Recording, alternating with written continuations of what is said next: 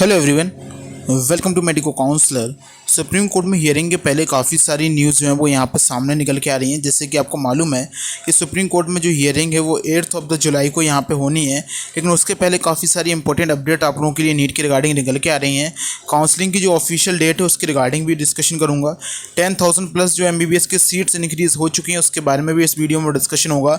इन seat के increase होने के बाद जो आपको ऑल इंडिया कोटा का कट ऑफ है उसमें क्या इफेक्ट पड़ेगा, साथ ही साथ स्टेट कोटा के कट ऑफ में क्या इफेक्ट पड़ेगा, इसके बारे में भी डिस्कशन आपके साथ इस वीडियो में किया जाएगा। तो वीडियो को आप लोग पूरा एंड तक जरूर देखिएगा। बहुत ही इन्फॉर्मेशन आपके साथ इस वीडियो में डिटेल में शेयर करूंगा। लेकिन वीडियो में आगे बढ़ने से पहले अगर आपको आपके स्कोर पे कौन सा बेस्ट मेडिकल कॉलेज मिल सकता है, अगर आप इस चीज़ को जानना चाहते हैं तो आप नीचे कॉमेंट सेक्शन में लिंक दी गई है, उस लिंक का यूज़ करके आप यहाँ पर PDF फाइल डाउनलोड कर सकते हैं, जो कि आप लोगों के लिए बहुत ही ज़्यादा इंपॉर्टेंट होगी जब आपकी काउंसलिंग यहाँ पे स्टार्ट होगी। तो वीडियो को शुरू करते हैं। सबसे पहले आपकी काउंसलिंग के बारे में इंफॉर्मेशन आपके साथ शेयर कर देता हूँ।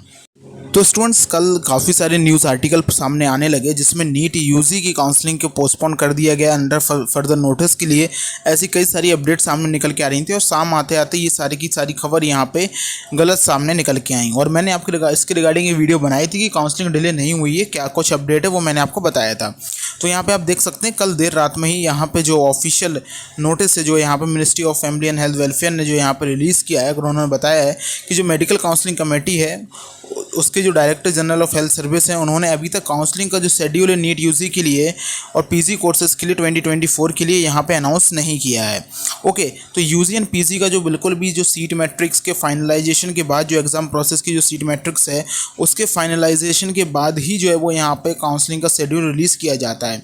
अब यहाँ पे इस चीज़ पर आप ध्यान दीजिएगा कि नेशनल मेडिकल कमीशन जो NMC का भी जिक्र यहाँ पर किया गया है, क्योंकि मेडिकल कॉलेज में सीट इंक्रीज़ कितनी हुई हैं कितनी नहीं हुई हैं, इन सभी को परमिशन देना या नहीं देना, इस सभी की जिम्मेदारी जो है वो यहाँ पे NMC की जो है वो यहाँ पे है। और कल देर रात में ही NMC ने भी यहाँ पे एक पब्लिक नोटिस रिलीज़ कर दिया जिसमें जो न्यू मेडिकल कॉलेज हैं उन न्यू मेडिकल कॉलेज की पूरी लिस्ट यहाँ पे रिलीज़ की परमिशन के रिगार्डिंग, उसको भी मैं आपके साथ इस वीडियो में बताऊँगा। तो सारी की सारी चीज़ें इंटरलिंक्ड हैं।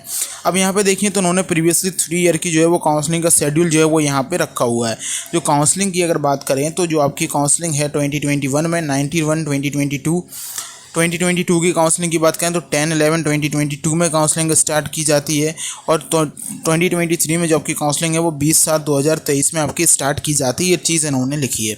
तो इसका मतलब आप यहाँ पे ये समझिए कि जो सीट में जो आपकी काउंसलिंग है वो कहीं ना कहीं यहाँ पे last week of the July या फिर 20 जुलाई के बाद आपकी काउंसलिंग यहाँ पे स्टार्ट होने के पूरे चांसेस हैं। अब मैं ऐसा क्यों कह रहा हूँ, क्योंकि आप इसी नोटिस में यहाँ पे फर्दर देखिए, इन्होंने लिखा है कि 2024 के लिए NMC से कम्युनिकेशन किया जा चुका है। शेड्यूल जो है वो फाइनलाइजेशन में है। उनका जो सीट मैट्रिक्स का जो शेड्यूल है उनको बताया गया है कि लास्ट जून में जो है वो यहाँ पे NMC से कांटेक्ट किया गया था और UG जो सीट्स हैं उनकी किस कॉलेज में कितनी सीट इंक्रीज़ होनी है, उन सभी चीज़ों को जो है वो मैट्रिक्स को 3rd वीक ऑफ द जुलाई में UG के लिए और PG के लिए मिड ऑफ द अगस्त तक उन्होंने यहाँ पे कहा है। तो NMC का जो अपडेट आएगा उसके बाद ही MCC जो है वो काउंसलिंग का शेड्यूल यहाँ पर रिलीज़ करेगी। मिस 3rd वीक तक आपको वेट करना है कि 3rd वीक ऑफ द जुलाई तक आपकी कोई भी काउंसलिंग जो है वो यहाँ पर नहीं होगी।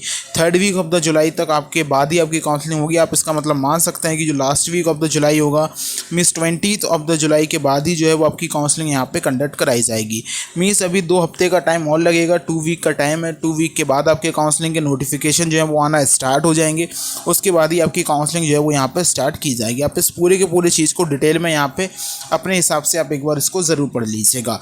अब मैं आपको बताता हूँ कि जिसमें जो NMC का जिक्र यहाँ पे किया जा रहा है कि NMC जो है वो सीट मैट्रिक्स को फाइनलाइजेशन के रिगार्डिंग उसकी क्या अपडेट है उसके बारे में मैं आपको यहाँ पे जानकारी दे देता हूँ और कट ऑफ भी आपका उसी चीज़ पर डिपेंड करेगा। यहाँ पे ध्यान से देखें तो यहाँ पे आप देखेंगे NMC ने कल की डेट में, आप यहाँ पे डेट सबसे पहले चेक कीजिए।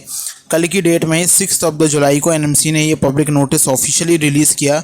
NMC की वेबसाइट पे आपको ये मिल जाएगा और इस पब्लिक नोटिस में जो न्यू UG मेडिकल कॉलेजेस हैं उनके एस्टेब्लिशमेंट के रिगार्डिंग जो कम्युनिकेशन है, फाइनल डिसीजन का NMC और मेडिकल इंस्टीट्यूशन के कंसर्न के रिगार्डिंग वो सारा का सारा लिस्ट जो है वो यहाँ पर रिलीज़ किया गया है।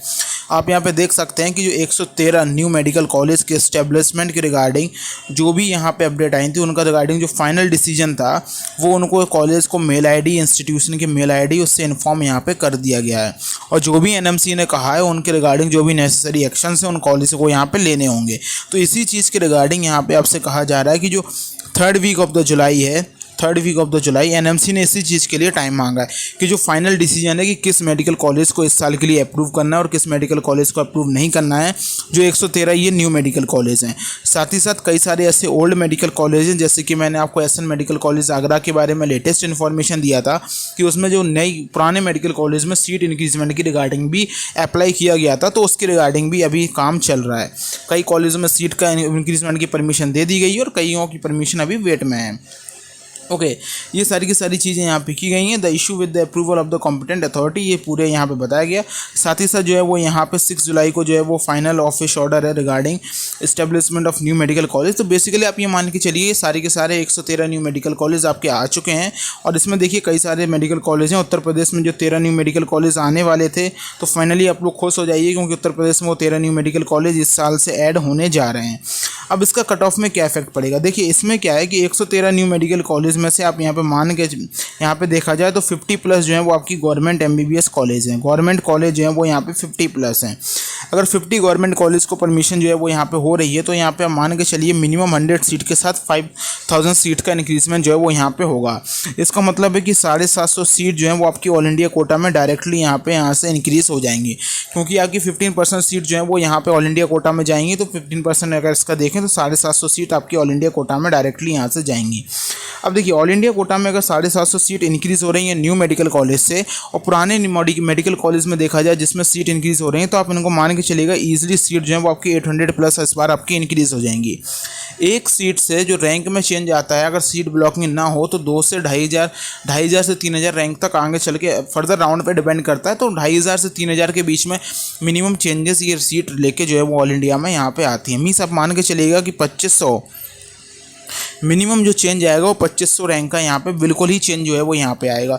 तो जो बच्चे बिल्कुल 650 नंबर से लेके 655 नंबर पे थे, बिल्कुल बॉर्डर पे जो बच्चे थे, वो बच्चों को यहाँ पे अच्छी खुशखबरी है कि उनको यहाँ पे कॉलेज मिलने के चांसेस इन नए मेडिकल कॉलेज से और इंक्रीज़ हो जाते हैं। क्योंकि इन नए मेडिकल कॉलेज से जो 800 सीटें ऑल इंडिया कोटा में आएंगी, तो ऑल इंडिया कोटा का तो कट ऑफ कम जाएगा ही जाएगा, और कई सारे बच्चे ऐसे रहेंगे जिनको अपने स्टेट में अपॉर्चुनिटी मिल जाएगी, तो अपने स्टेट कोटा के कॉलेजों में वो जाएंगे। क्योंकि स्टेट में भी तो जो रिमेनिंग आपकी सीट है 5000 में से जो आपके 750 ऑल इंडिया कोटा में आ जाएंगी, रिमेनिंग सीट आपके स्टेट कोटा में जाएंगी, तो स्टेट में भी कट ऑफ कम जाएगा, तो बच्चे स्टेट में भी जाएंगे। तो ओवरऑल चेंजेस जो है वो यहाँ पे आता है। तो कट ऑफ आराम से थोड़ा सा आपका 2 से 3 नंबर तो मिनिमम कम आना चाहिए, और साथ ही साथ जो बिल्कुल बॉर्डर लाइन पे बच्चे उनके लिए अच्छी खासी अपॉर्चुनिटी जो है वो यहाँ से ओपन होकर आ जाती है। अब ये सारी के सारे डिटेल डिस्कशन जब काउंसलिंग का schedule and rules and regulation आ जाएंगे, उससे पता चलेगा कि सीट ब्लॉकिंग हो पाएगी या फिर नहीं हो पाएगी। तो फिलहाल अभी तक यही अपडेट थी, फर्दर जो भी अपडेट्स आएंगे हम आपको बताते रहेंगे। Thank you.